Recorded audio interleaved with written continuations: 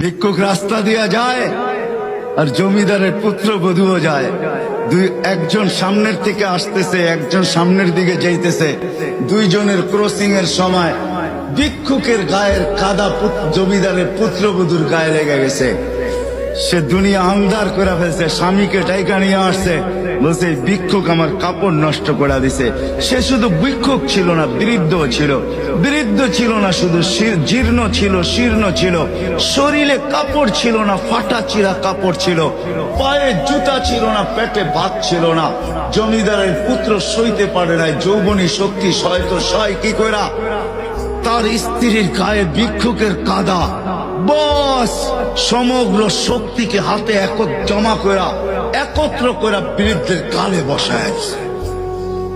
বৃদ্ধ কিচ্ছু বলে নাই, শুধু উপরের দিকে তাকায় দুই তিনটা শব্দ উচ্চারণ করছেন।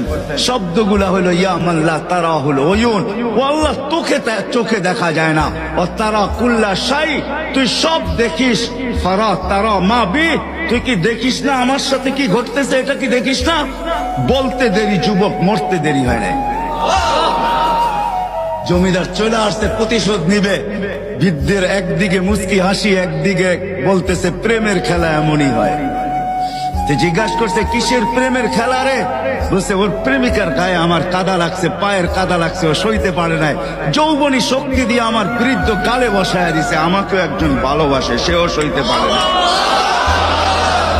সেও সইতে পারে না। ও তো থাপ্পড় দিয়া খেলতো, সে জান নিয়ে নিছে, জান।